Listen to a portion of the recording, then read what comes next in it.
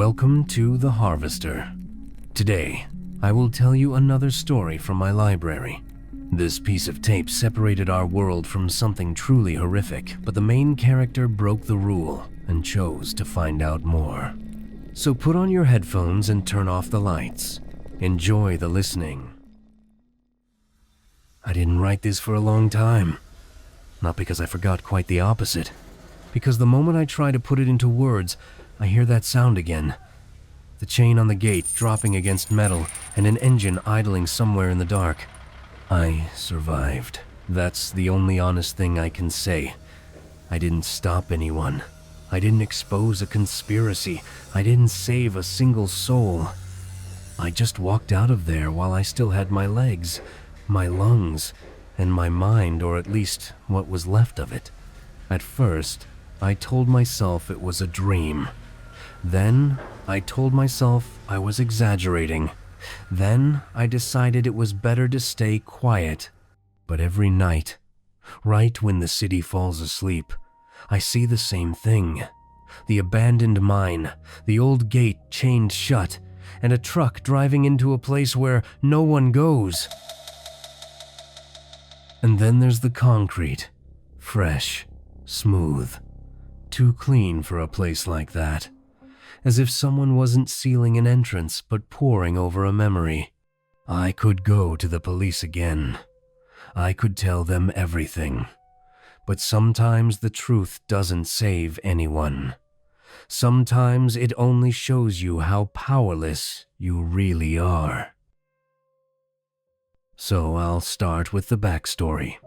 A year before I ended up near that mine, my parents were killed in a car accident.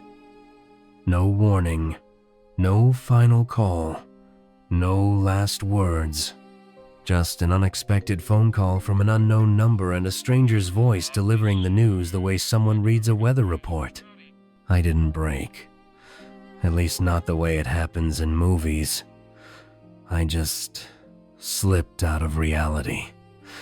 Like someone turned the volume down on the world and I kept moving through it on inertia alone. Days passed. Things happened, but none of it really touched me. I slept in fragments. I'd wake up at night for no reason, stare into the dark, listen to my own breathing. The fear about the future was there, but it became background noise, like traffic outside a window or the hum of a refrigerator. When fear about how you're going to keep living stays with you every day, you stop noticing where it ends and where you begin. I scraped by on random gigs, night shifts, deliveries, temporary jobs where no one asks questions. I paid rent, covered utilities, counted every dollar. Food stopped being something I enjoyed. It became just another necessity, like sleep or a shower. I lived in constant tension, but it no longer felt dangerous. So when warning signs appeared, I treated them the same way I treated everything else, without emotion, without resistance. After losing my parents, the world no longer felt like a safe place. So one more strange detail didn't seem like something worth stopping for or trying to understand. One of the few bright moments during that time came from a chance encounter. I met Emma at one of those jobs that barely leave a trace, temporary contracts, night shifts, people who don't ask questions. We crossed paths a few times during breaks, a coffee machine, cold fluorescent lights, and a surprising kind of silence that didn't feel awkward or heavy. Emma seemed to sense that I was going through a difficult period in my life, but she never tried to dig into who I was before that job. She didn't pity me or try to fix me with words. She talked to me as if I was still here, not broken, not empty, not someone who needed saving, and there was something incredibly simple and necessary about that. She gave me a sense of reality and the feeling that returning to a normal life might still be possible. She slowly became part of my day, and not long after, part of my life. Morning texts, long phone calls in the evenings. I could feel us growing closer. Emma talked about things I had stopped believing were within reach. A normal job, a stable income, a schedule without night shifts and random gigs, a home where it wasn't scary to think about tomorrow, a family not now, but someday. And I caught myself wanting that, not in an abstract, maybe someday way. For real, I wanted to live again, not just exist. We moved in together, started building a routine, planning a future. Life genuinely began to feel like it was coming back together. Stability became the constant thought in my head. A steady job, a good life, and that's why, when another crack eventually split my sense of normalcy, I chose to stay silent. Because I already knew what it felt like to lose everything in an instant. And I wasn't ready to risk Emma, our fragile future, or my own life for a truth that probably wouldn't save anyone, but would almost certainly destroy everything I had only just begun to rebuild. While I was constantly searching for something stable, I came across the listing. I saw it late at night, mindlessly scrolling through job postings. It looked too simple for the amount they were offering. Night security at a closed mine, a few shifts a week, no experience required, no background checks, no long interviews. The pay was almost twice what I was making from my temporary gigs. I was just about to click apply when I noticed a line at the bottom. It stood out from the rest of the text, like it had been written by someone else. We are looking for non-superstitious individuals. If you believe in paranormal phenomena, this job is not for you. I read it several times. Strange, yes, but not strange enough to walk away. I lived in a small town in West Virginia, and in places like that, rumors are part of everyday life. Abandoned mines, strange noises, people who claim they've seen things in the dark. I figured the company was just tired of people panicking or quitting after the first night. I told myself it wasn't about the supernatural, it was about the site's bad reputation. Old legends that were easier to dismiss with one sentence than to explain to every new hire. And then I thought about the bills, the rent, how badly I wanted to stop counting the days until the next paycheck. The money mattered more than the strange wording. I didn't mention that line to Emma. I didn't want to worry her or give her a reason to be anxious. I clicked apply, not realizing that this was the first moment when I really should have stopped. When I arrived for my first shift, I realized the place was strange not because it looked abandoned, but because of how close it was to life. Just a few miles away, other mines were still operating. Sometimes at night I could hear the dull rumble of machinery, short signal blasts, see distant floodlights slowly moving with the machines. People were working there, arguing, waiting for the end of their shifts. Everything over there was real. My mind stood apart, dark, as if it had been cut out of the landscape and forgotten. It didn't glow, didn't make noise, didn't show any sign that people had ever been there. The entrance looked sealed and heavy, and the darkness beyond it sent a chill through my spine. Even the air felt different, colder, stagnant, as if it had been sitting still for years. Next to it was a small wooden guard shack, old, with peeling paint, creaking steps, and a single window that showed nothing but darkness and part of the fence. I spent most of the night inside, listening to the radio, my own breathing, and a silence that felt too deep to be natural. The worst part was that the silence wasn't absolute. Every so often it was broken by the distant sounds of the working mines, a reminder that the world nearby was still moving forward. And it was in that contrast that the fear was born.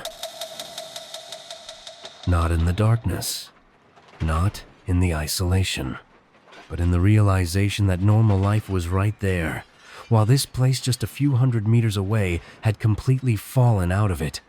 Somewhere along the way, my subconscious began comparing my life to that mine. I drifted back into memories and realized that this was exactly how I had lived through my parents' death. I was in the real world, but not part of it. The psychological weight grew heavier. Time seemed to stretch, and boredom forced me to analyze the rhythm of my life, constantly thinking about the past and the future, with no escape from either.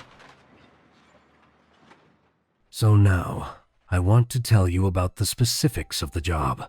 Aside from the boredom and the constant digging into my own thoughts, there were certain nuances, oddities.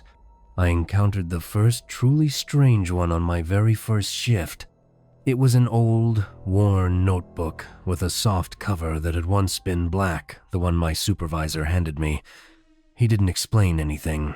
He just set it down on the table in the guard shack and said, almost casually, "These are the rules. You should read them. You can follow them or not, but if you break them, that's on you." His tone was calm, almost indifferent, and that was exactly what made it unsettling. He wasn't trying to scare me. He wasn't insisting. He was simply removing himself from responsibility. When I opened the notebook, I noticed it immediately. Several pages were missing. The edges were uneven, as if they'd been torn out in a hurry. The numbering jumped around. Some rules started without an ending, others cut off halfway through a sentence. It looked like someone had decided, at some point, that certain instructions were better left off the page. The first rules made sense. Warnings about possible cave-ins, unstable tunnel sections, a ban on entering old shafts unless absolutely necessary, patrols twice per shift around 1 a.m., and again close to 6 a.m., before the end of the night. It sounded like standard safety procedure for an abandoned site. And then the tone changed. There were rules that came with no clear explanation. Don't answer phone calls after midnight, even if the number looks familiar. Don't stare into the darkness of the mine for too long, especially if it feels like something is moving. During patrols, do not cross the yellow tape, no matter the reason. Don't touch any objects found inside, and never take anything with you. And if you encounter something you don't understand, just leave. Don't look back. I caught myself realizing that I wasn't reading an instruction manual anymore. I was reading a list of prohibitions meant to restrain curiosity more than danger. One rule stood out, underlined more heavily than the rest, the one about the truck. At exactly 2 a.m., I was to open the gate and let it onto the property. Don't look into the cargo area. Don't speak to the driver. Don't ask questions. Just open the gate when it arrives and close it again when it leaves. By the time I reached the end, I felt a strange unease settle in. This wasn't a set of rules for a security guard. It was something else. A script. A behavioral ritual, where every step mattered. And the worst part was that no one had explained why this ritual existed in the first place. The first few nights passed the same way, so much the same that I started mixing them up. I'd arrive at the guard shack, turn on the light, do my patrol at the scheduled times, come back, and wait. The night offered no surprises, no sounds, no movement. No reason to be more on edge than the job required. Exactly at 2 a.m., the truck would appear. Always at the same time, not a minute early, not a minute late. Its headlights cut a narrow strip through the darkness, the engine running smooth and steady. The driver never got out and never looked in my direction.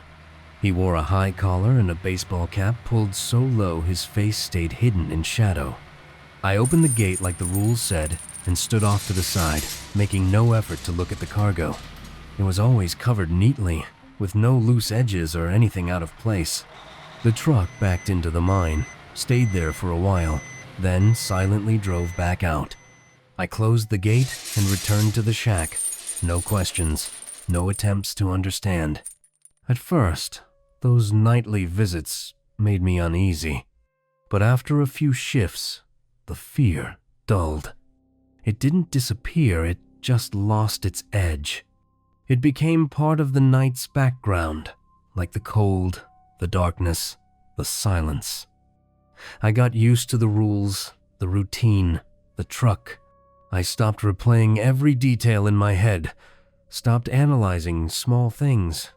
When night after night passes without anything happening, even strange things start to feel normal. And that was the moment I stopped being alert and became convenient.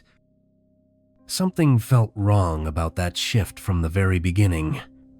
Normally, somewhere in the distance, I could hear the dull noise of the working mines, a faint but constant reminder that life nearby was still going on. This time, there was nothing. Absolute silence, so complete, it felt heavy. The air was damp, the fog hanging low and refusing to lift even under the beam of my flashlight. I did my patrol like always, staying within the permitted area and not crossing the yellow tape that cut off the deeper tunnels. That's when I noticed the light. It didn't flicker or move, it just shone steadily from deeper inside, beyond the tape. There shouldn't have been any power down there. I knew that. A few seconds later, I heard a distant knocking sound. Quiet, short, repeating at the same interval. Not like wind, not like shifting rock. Too regular. I stopped and caught myself counting the seconds between each sound. When I swept my flashlight across the far wall, I saw the symbols. I'd seen them before, but this time they looked different. The rock around them was old and darkened, but the lines themselves were clean and sharp, as if they'd been touched up recently. They were runes. Before, I'd taken them for charms drawn by superstitious people long ago, but who would have refreshed them now? In a mine that was supposedly abandoned. For the first time, what I felt wasn't fear, but doubt. This didn't look like something cursed. It looked like something being maintained on purpose so I would believe in the mysticism and not go any farther. After that night, I could no longer just sit and wait for my shift to end. Fear stopped being shapeless it took on edges, and that meant it could be examined. I took the notebook with the rules and started writing in the empty pages. Not thoughts, facts. I began recording my observations during patrols. Time, location, strange sounds, duration, things that could be verified. I wrote down when the light appeared and when it disappeared, how many seconds the sound lasted, exactly where it came from. I caught myself waiting for these moments, not with anxiety, but with tense focus. Fear was slowly turning into concentration. During one patrol, I noticed something I had ignored before. The sound was too clean. It didn't echo off the walls the way it should have in an empty tunnel. I followed it as closely as the tape allowed and spotted a narrow crack in the rock. Behind it was a small speaker wedged between stones and aimed deeper into the tunnel. A thin wire ran beside it, neatly tucked along the wall. Then I found the lights. Old, but functional, connected to timers. They turned on and off by themselves, creating the illusion of movement and presence. Some of the traces I had once taken for something supernatural turned out to be deliberately placed. Scratches, scraps of fabric, animal bones arranged too carefully to be accidental. I made several unscheduled patrols and realized that during those times, nothing strange or mystical happened at all. Sitting in the guard shack, I went over my notes, comparing times and locations. Everything matched. The sounds appeared on a schedule. The lights were controlled by timers. The symbols were refreshed so they wouldn't fade. And that's when I understood something far more terrifying than any supernatural explanation. There was no curse in that mine. There was a fabrication. Someone was spending time and effort to manufacture fear by hand, which meant that behind that stage set, there had to be something far more real and far more horrifying. For several more shifts, I kept walking past the yellow tape without crossing it. I knew I was doing exactly what was expected of me, following the rules, staying out of places I wasn't supposed to be. But now I was looking at that tape differently. It no longer felt like a boundary meant to keep me safe. It looked like a line beyond which the truth began. I stood in front of it longer than any patrol required, watched it tremble slightly in the draft, and thought about everything I'd already seen: the wires, the speakers, the lights running on a schedule. If there was a lie here, then what lay beyond it wasn't mysticism. It was the reason that mysticism existed in the first place. I went back to the guard shack and grabbed a thin rope and my flashlight. I tied one end to a metal handrail near the entrance, not because I was afraid of getting lost, but because I wanted a reliable way back.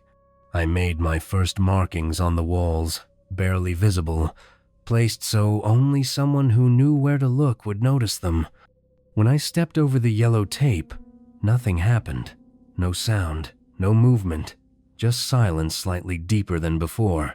But I already understood. This wasn't the silence of an abandoned place. It was the silence of something being hidden. And from that moment on, I was no longer just a guard. The first few meters beyond the tape looked no different from the rest of the mine. The same walls, the same cold, the same silence. But the farther I went, and the more turns and branching tunnels I passed, the more disturbing details I began to notice. It was too clean down there. Not abandoned, maintained.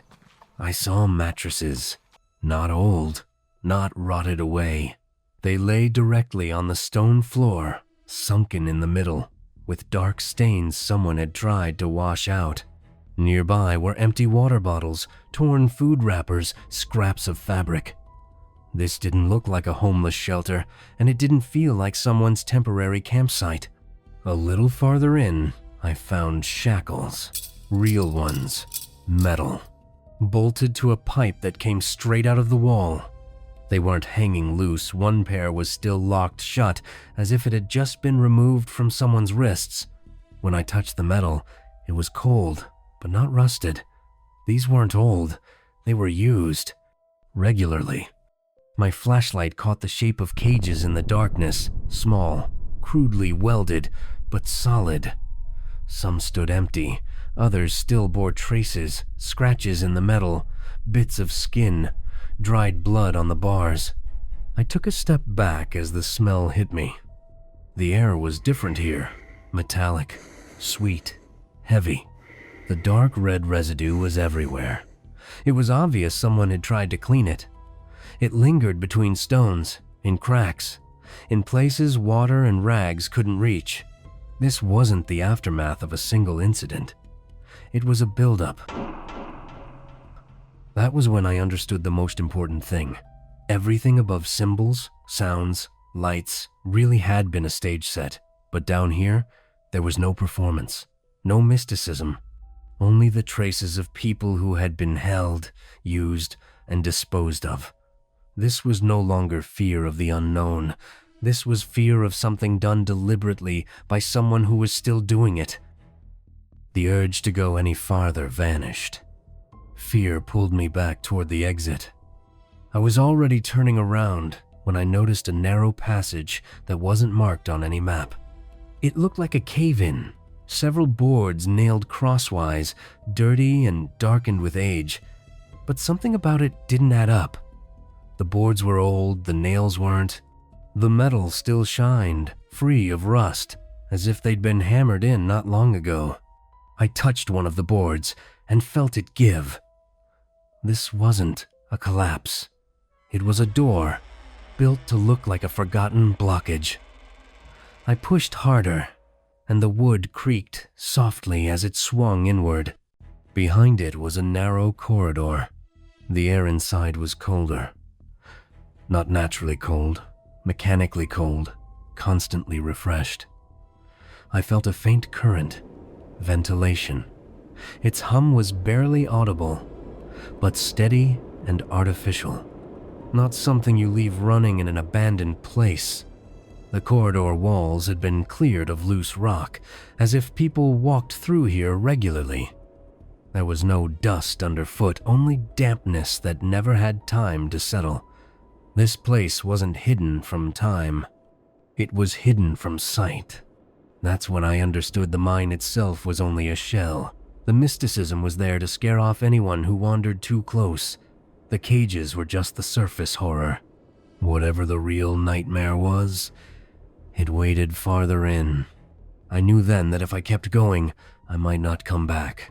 But curiosity and the surge of adrenaline pushed me forward, dulling the animal fear and lending my body strength as I moved deeper into the dark. The corridor led me into a space that had nothing in common with a mine. There was no chaos, no collapses, no randomness.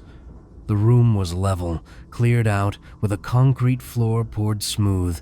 The cold hit immediately sharp, artificial. I understood why the moment I saw the crates. They were lined up along the walls, neat, set on pallets. Some were simply closed, some were nailed shut. Others had their lids left open. Inside was ice, not the kind that forms naturally, but brought in, broken into large chunks. In some of the crates, the ice was already melting, and beneath it, I could see dark shapes. I stepped closer and felt my legs weaken. They were bodies, dismembered, packed as if they weren't people at all, but cargo waiting to be shipped. At the far end of the room stood a metal table. Not improvised, a real operating table, with restraints and drainage channels.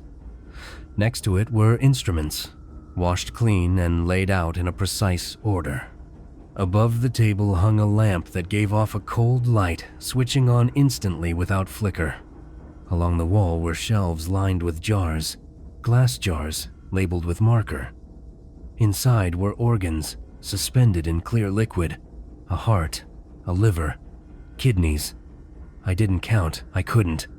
My mind refused to accept it as real. On the table lay lists, dates, weights, times, short notes written in the steady hand of someone used to this work.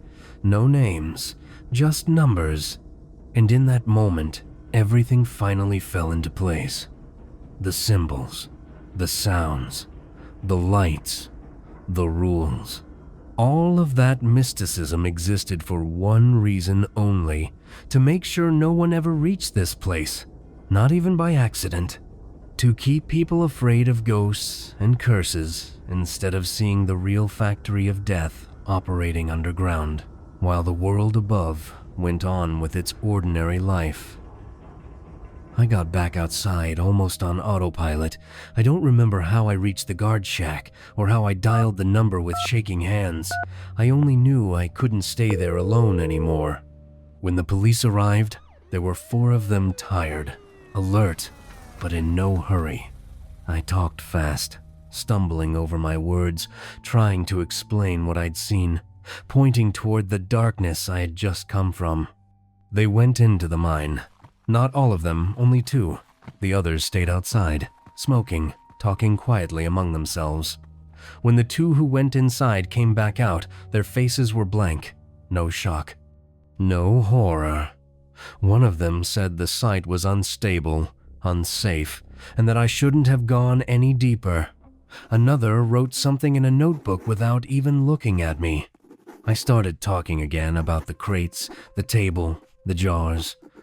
They listened, but the way you listen to someone who's been through severe stress.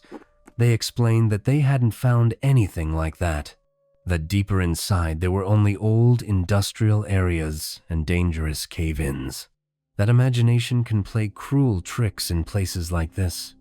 They also mentioned that hazardous natural gases at depth could cause hallucinations. One of them suggested I take a few days off. Another advised seeing a doctor if I kept seeing things. They were polite, calm, almost sympathetic.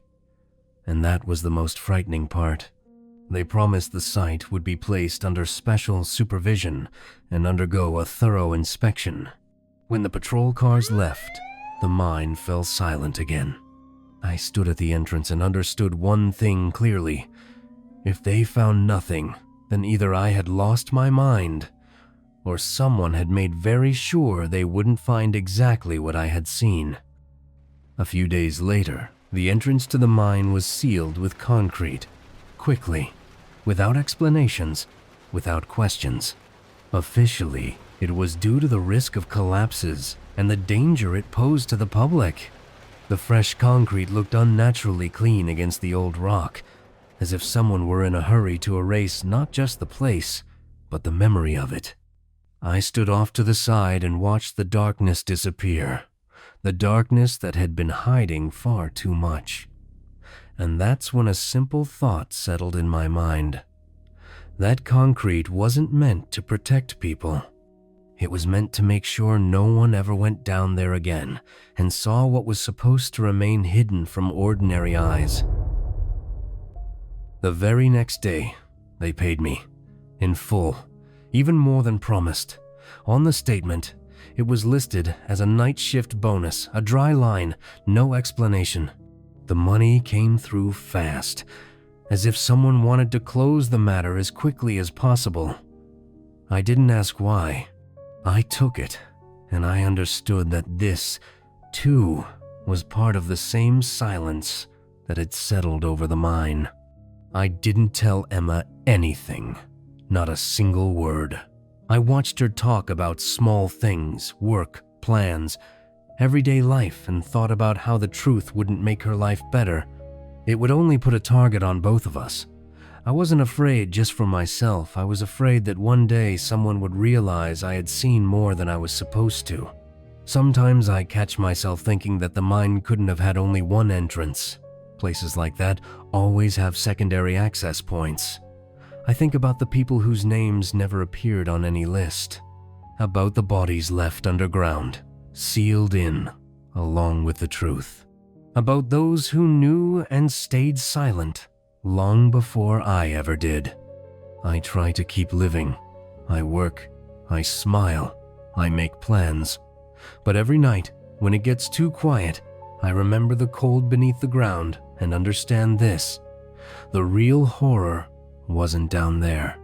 It's in the fact that no one was ever held accountable, and in the possibility that the underground factory of death is still operating to this day. Friends, what would you have done in the main character's place? Share your thoughts and impressions of the story in the comments below. Be sure to like the video, subscribe to the channel, and support us on Patreon. That's where you'll find exclusive stories, continuations of tales from this channel, and many artifacts and secrets connected to your favorite narratives.